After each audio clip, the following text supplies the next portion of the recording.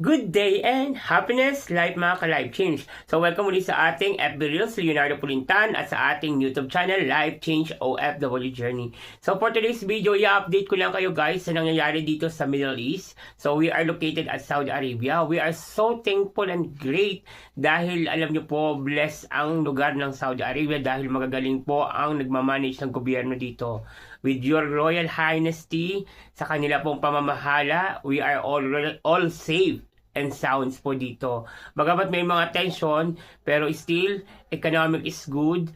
All people are safe here in Saudi Arabia po. So, wag kayong mabahala dahil magaling ang gobyerno ng Saudi Arabia. So, we salute that one kasi po, pinoprotektahan nila talaga ang citizens nila at ang mga expired dito. So, beside from that one, wala pong tension kasi ang supply po ng pagkain dito is normal. Ang galaw po ng buhay dito is normal. Bagamat may tension nga po kasi may mga nalabanan sa aerial na bumabagsak kung saan-saan. So, yun ang pinag-iingatan, yung pagbagsak lang po ng mga debris.